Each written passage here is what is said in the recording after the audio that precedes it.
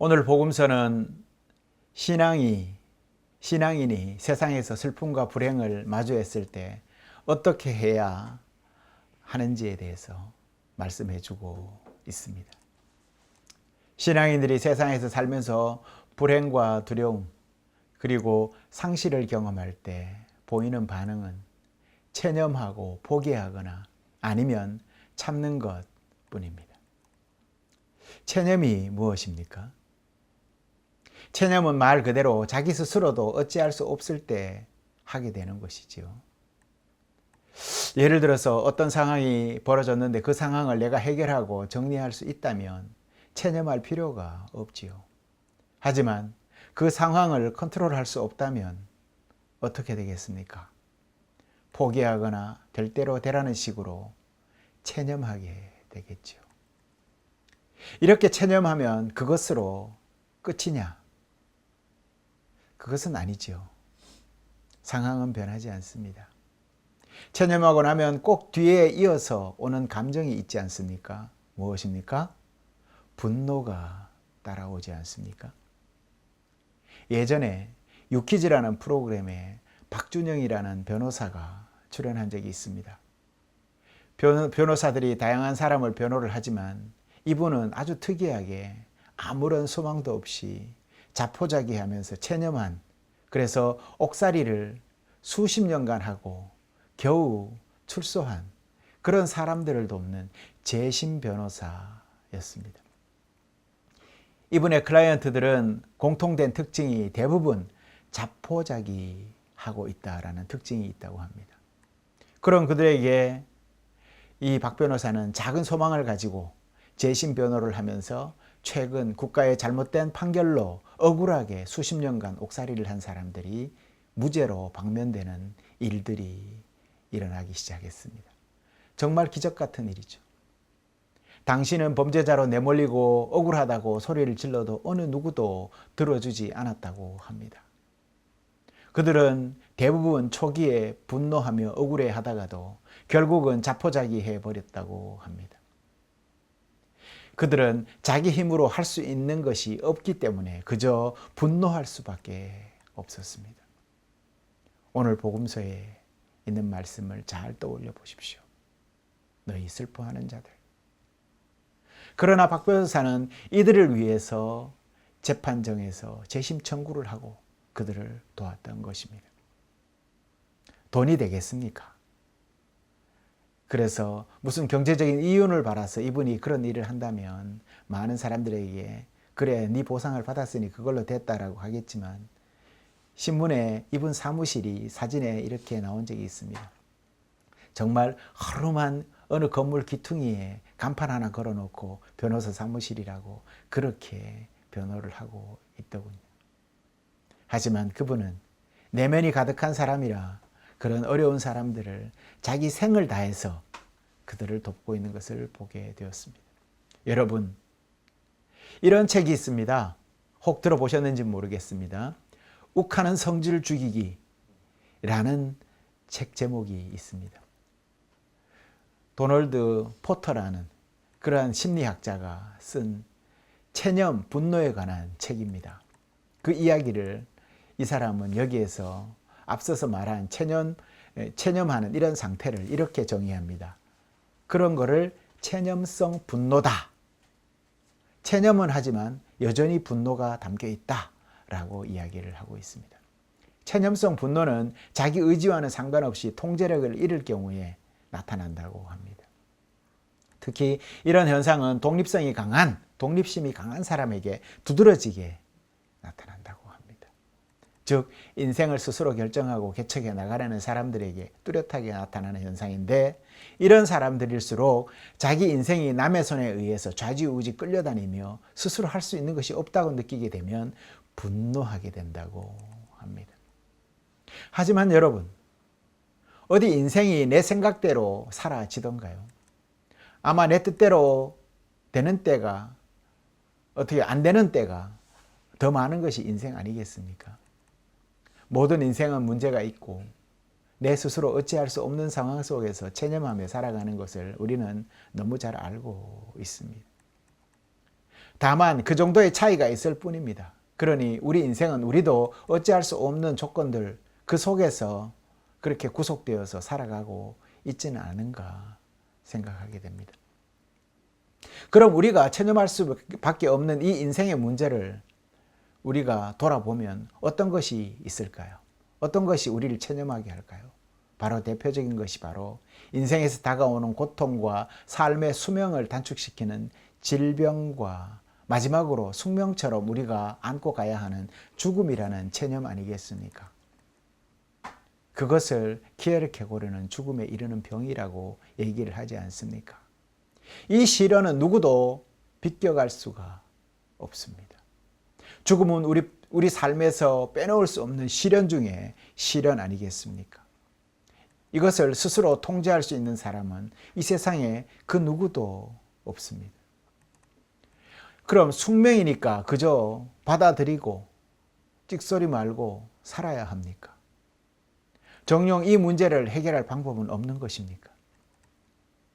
성도 여러분, 오늘 복음서는 불행과 죽음의 문제를 해결하는 그러한 체념의 삶에서 해결하고 체념하는 그러한 삶에서 기쁨의 삶으로 변화시킬 방법을 우리에게 가르쳐주고 있습니다. 오늘 예수님은 제자들에게 우리를 짓누르는 슬픔과 절망을 뛰어넘어서 행복의 길을 말해주고 있습니다. 오늘 복음서에서 등장하는 네 가지 복음 문자 그대로 축복 혹은 행복을 의미합니다.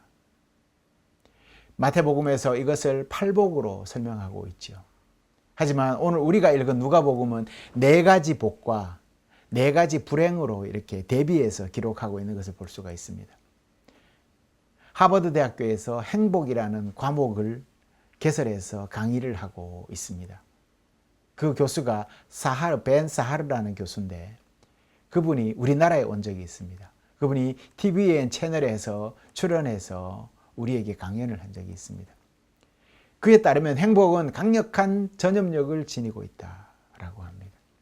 그는 행복을 얻는 10가지 비결을 우리에게 말하고 있습니다.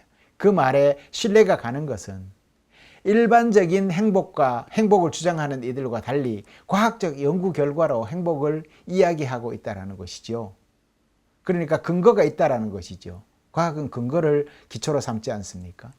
아무튼 그가 말하는 행복의 비결은 10가지는 이런 겁니다. 먼저 내면의 열정을 따라가십시오.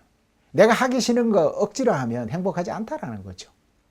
친구들과 함께 보내는 시간을 많이 가지십시오. 그런 의미에서 보면 3교대하는 직업을 가진 사람은 참 어려운 상황인 것은 분명해 보입니다. 그럼에도 친구들과 자주 만나려고 하고 그런 시간을 늘려가십시오. 실패를 배워라 라고 합니다. 실패에서 뭔가를 우리가 배울 때 행복하다라는 것입니다. 실패를 좌절로 그냥 받아들이면 행복하지 않다라는 것이죠. 그리고 자기 자신을 받아들이라라는 겁니다. 아무리 해도 자기를 받아들이지 못하는 사람들이 있죠. 왜? 라는 질문만 하고 계속 거기에 머물러 있으면 행복하지 않다라는 것입니다. 그리고 삶을 가볍게 하라라고 합니다. 그냥 삶에 이것저것 계속 쌓아놓고 계속 문제를 만들지 말고 가볍게 해서 가능하면 문제를 줄이라라고 하는 것이죠. 그 다음에 규칙적인 운동, 그 다음에 잠 잘 자기, 그 다음에 베풀기, 남을 돕고 베풀기, 용기 가지기, 그 다음에 감사하기. 이것이 이런 10가지를 이제 이 사람이 심리학적으로 근거를 가지고 조사를 했을 때 이런 것들이 대표적인 요인들이다라고 주장을 했습니다. 행복의 요건들이다. 참으로 행복을 과학적으로 설명할 수 있다니 신기하지 않습니까? 하지만 그가 말하는 행복은 측정 가능한 과학 범주 안에서 행복을 말하는 것이죠. 과학은 검증 가능한 것이 과학의 대상이죠. 검증을 벗어나면 우리가 도달할 수 없고 직접 우리 육감으로 오감으로 그것을 측정하고 또 평가할 수 없다면 과학이 될 수가 없는 것이죠. 그러니 그 범주 안에서의 이 사람은 주장하는 행복이라는 것이죠. 그렇다면 오늘 예수님이 말씀하시는 행복은 무엇입니까? 그리고 앞서 하사리 교수가 말하는 행복과 다른 점은 무엇인가라는 것입니다. 우선 예수님의 행복은 세상 사람들이 말하는 부족한 것을 메우거나 채워서 행복한 그런 행복이 아닙니다. 다만 굶주리고 애통하고 핍박받을 때 행복하다고 합니다. 그러고 보면 세상 행복과는 굉장히 다른 행복을 주장하는 것이 예수님의 행복인 것이죠. 그런 사람들이 하늘에서 받을 상이 크다라고 또 얘기를 합니다. 너희 굶주리는 사람들은 복이 있다. 너희가 배부르게 될 것이다. 너희 지금 슬피 우는 사람은 복이 있다. 너희가 웃게 될 것이다. 사람들이 너희를 미워하고 인자 때문에 너희를 배척하고 욕하고 너희 이름을 악하다고 내칠 때에는 너희는 무엇이 있다고요? 복이 있다. 그날에 기뻐하고 뛰어놀아라. 보아라. 하늘에서 받을 너희의 상이 크다.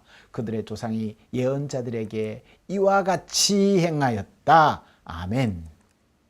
예수님은 마태복음의 산상수훈 8가지 복을 4가지 복과 4가지 화로 이렇게 누가복음에서 말씀합니다. 그런데 이 행복은 내면적인 변화에서 근거를 두고 있다는 것이죠. 내면의 변화. 이 행복은 성령의 은사와 역사를 통해서만 획득할 수 있는 것이다 라는 것을 우리는 알 수 있습니다.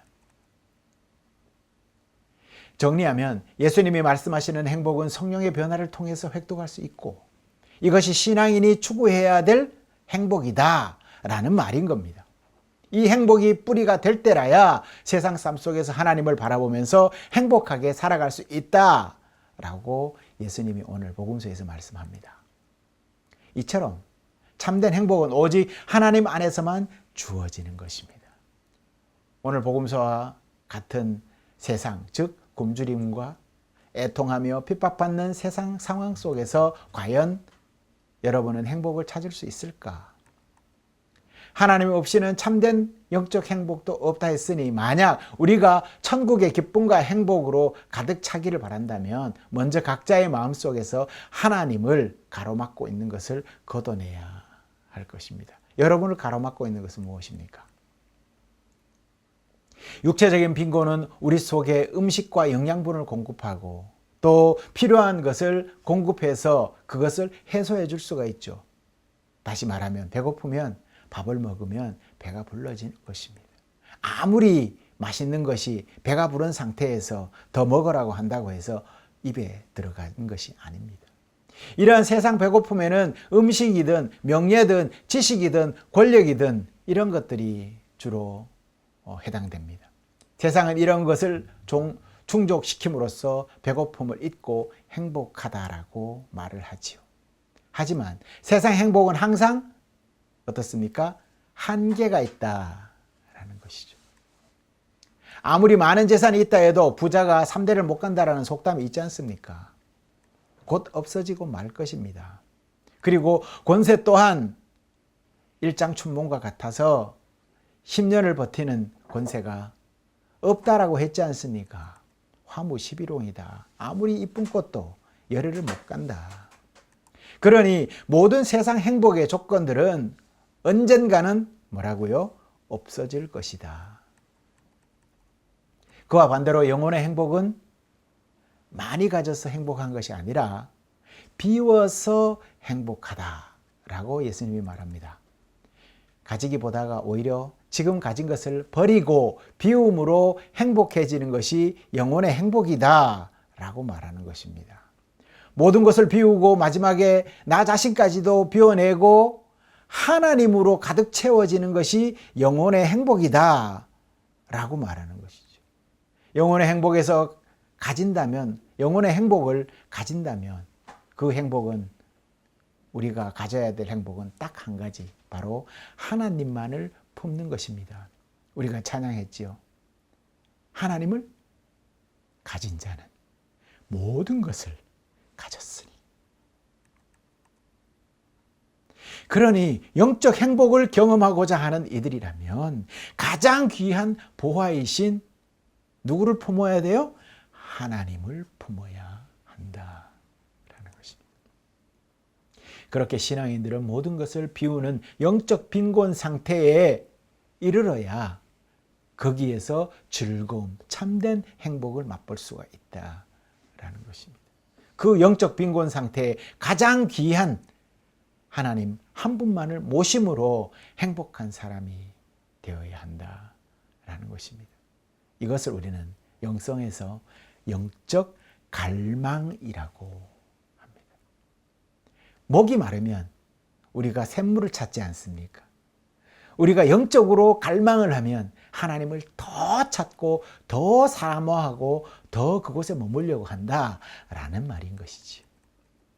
그리고 이러한 영적 빈곤 상태에서 그냥 방치한다고 하나님이 가득 차게 되는 것은 또 아닙니다. 우리가 비웠다. 그 상태로 그냥 가만히 있으면 하나님으로 가득 채워지는가? 그렇지 않다라는 것입니다. 바로 성령님의 도우심이 없이는 채워지지 않는다. 신약 성경에서 그런 말씀이 있죠. 귀신을 내쫓았더니 더 많은 귀신이 들어왔더라. 이런 말이 있지 않습니까? 바로 이것이 영적인 상태를 우리에게 가르쳐주는 이야기입니다.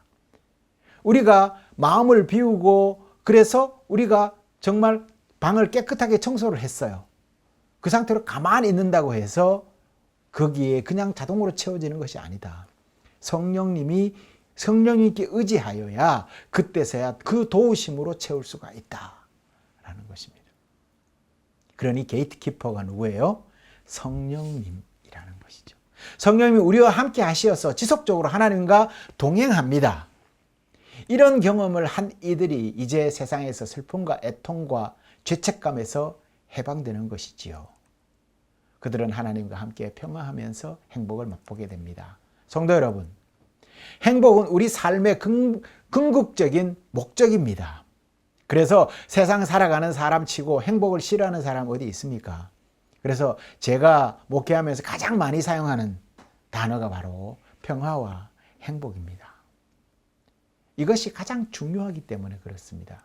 그러니 왜 행복하려고 하나요? 라고 묻는 것은 그런 질문은 어리석은 질문이겠죠. 그렇죠. 그래서 우리 주님은 세상 사람들이 행복해진다면 그것이 보다 좋은 일이 없겠다. 그것보다 좋은 일이 없겠다 하고 우리에게 오늘 이렇게 친히 말씀해 주신 것입니다. 오늘 말씀 이해가 안 가십니까? 그 행복이 여러분의 영적 행복으로 이해가 되어졌으면 좋겠습니다. 오늘 복음서가 말하듯이 세상에서 가난하고 굶주리고 울며 미움받는 이들이라면 모두가 경험하는 것이 바로 영적 행복인 것입니다. 그리고 이런 상황이 되면 내일이 걱정되기 시작을 합니다. 내일이 걱정되죠. 이런 상황이 언제 끝날까? 슬픈 일이 있으면 내일도 또 슬플까 하고 걱정되지 않습니까? 불확실한 미래에 두려워하게 됩니다. 예수님은 이 불안을 어루만져 주십니다. 또 세밀하게. 그리고 지금 고통 중에 있는 이들의 어려움이 헛되지 않는다고 약속해 주십니다. 그러니 이 어려움 때문에 주저앉지 말라고 말씀합니다. 주어진 삶을 최선을 다해서 살아내라고 오늘 복음서에서 말하고 있습니다. 기뻐하라.